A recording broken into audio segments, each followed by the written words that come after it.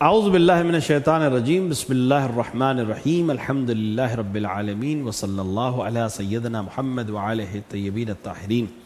ناظرین اکرام، ایک بار پھر آپ کا استقبال ہے انوار غدیر نام کی سیریز میں، جس میں ہم غدیر سے متعلق واقعات اور چیزوں کو آپ کے سامنے بیان کر رہے ہیں۔ اصل عید غدیر 18 ذی الحجہ 10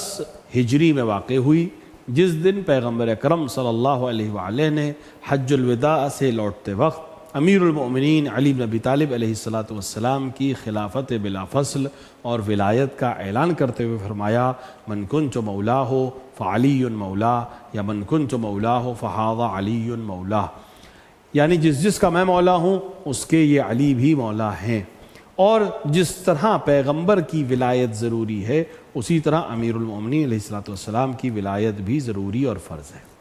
لیکن بہرحال لوگوں نے امیر المؤمنین کی خلافت ظاہریہ کو اور امامت ظاہریہ کو قبول نہیں کیا، اور بعد پیغمبر اپنے حساب سے لوگوں کی بیعت کرتے رہے، یہاں تک کہ 25 سال گزر گئے، اور 25 سال کے بعد اسی 18 ذی الحجہ کو ایک بار پھر لوگ علی کے دروازے پہ کھڑے ہو کر یہ اصرار کر رہے تھے کہ آپ ہماری خلافت کو اور اس عہدے کو قبول کر لیں۔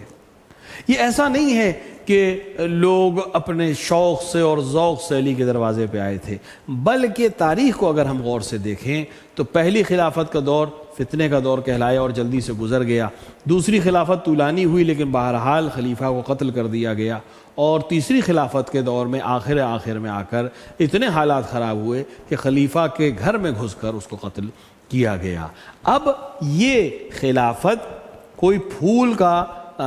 تاج نہیں تھا، یہ زرق و برق دور سے نظر آ رہا تھا، لیکن اصل اب کانٹوں کا تاج تھا اور تلواروں کے سائے میں تھا، کوئی جلدی اس کی طرف بڑھنا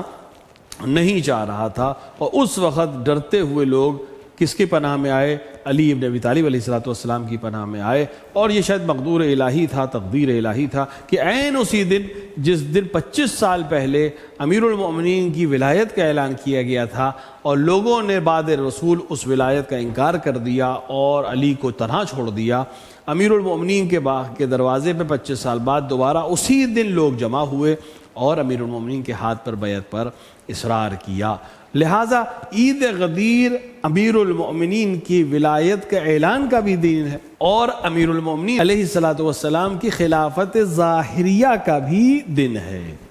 اور اس عنوان سے بھی یہ بہت اہمیت رکھتا ہے کہ خود رسول اکرم صلی اللہ علیہ وآلہ نے اور ائمہ علیہ السلام نے اسے عید اللہ اکبر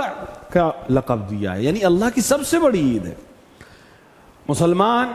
عید الفطر کو بناتا ہے، عید الاضحیٰ کو بناتا ہے، لیکن جو سب سے بڑی عید ہے جسے عید غدیر کہتے ہیں، جسے عید اللہ اکبر کہا گیا، اس کی طرف اتنی توجہ نہیں رہتی ہے۔ حتیٰ وہ لوگ جو عید غدیر مناتے بھی ہیں اور مولا غدیر کو مانتے بھی ہیں، وہ بھی عید غدیر کو اس طرح سے جو حق ہے عید غدیر کا اس طرح سے نہیں مناتے ہیں۔ لہٰذا ضروری ہے کہ ہم جو اپنے آپ کو غدیری کہتے ہیں، ہم جو اپنے آپ کو ولایت امیر المؤمنین کا پاسبان کہتے ہیں، ہم جو اپنے آپ کو علی کا محب اور شیعہ کہتے ہیں، اس کے لیے ضروری ہے کہ عید غدیر کی خوشی سب سے زیادہ منائیں۔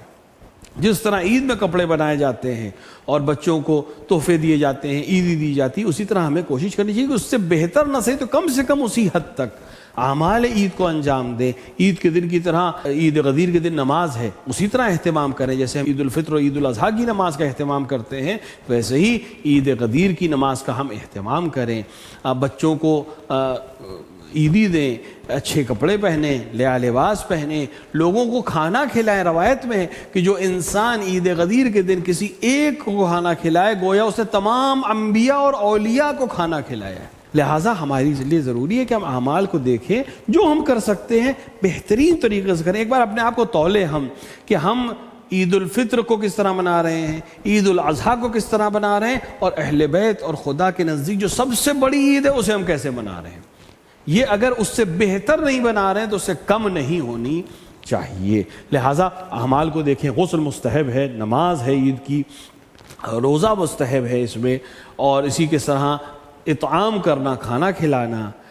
خوشبو لگانا، لباس پہننا، زیارت امیر المومنین پڑھنا، عقد اخوت بھائی بنانے کا دن۔ عقد اخوت ایک خاص عمل ہے جس میں آپ اپنے مومن بھائی کو اپنا بھائی بناتے ہیں اور پھر اس کی گردن پر سے تمام حقوق ایک دوسرے کے اتار دیتے ہیں۔ بعض روایات میں کہ اسی دن رسول اکرم صلی اللہ علیہ وآلہ نے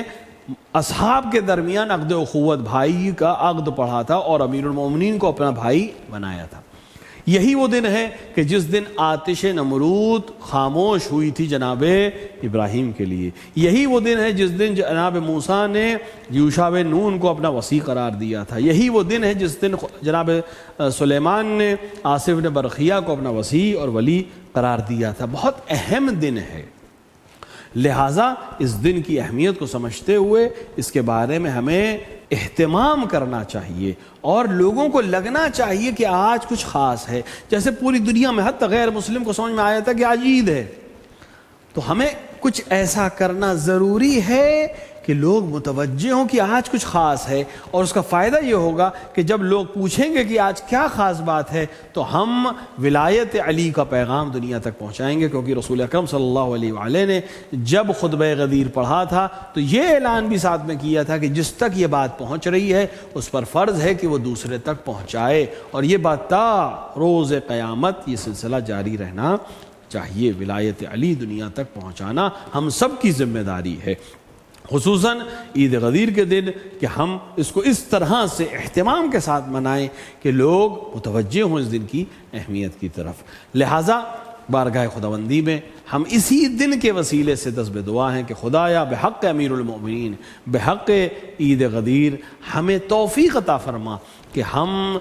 ولایت علی کو سمجھ سکیں، ہم اس پر قائم رہیں، ہم ائمہ علیہ السلام کی ولایت جو ہمارے اوپر فرض ہے اس کی اس طرح سے انجام دے سکیں، اس کے حقوق کو، اس کی ذمہ داریوں کو جو ولایت کے اوپر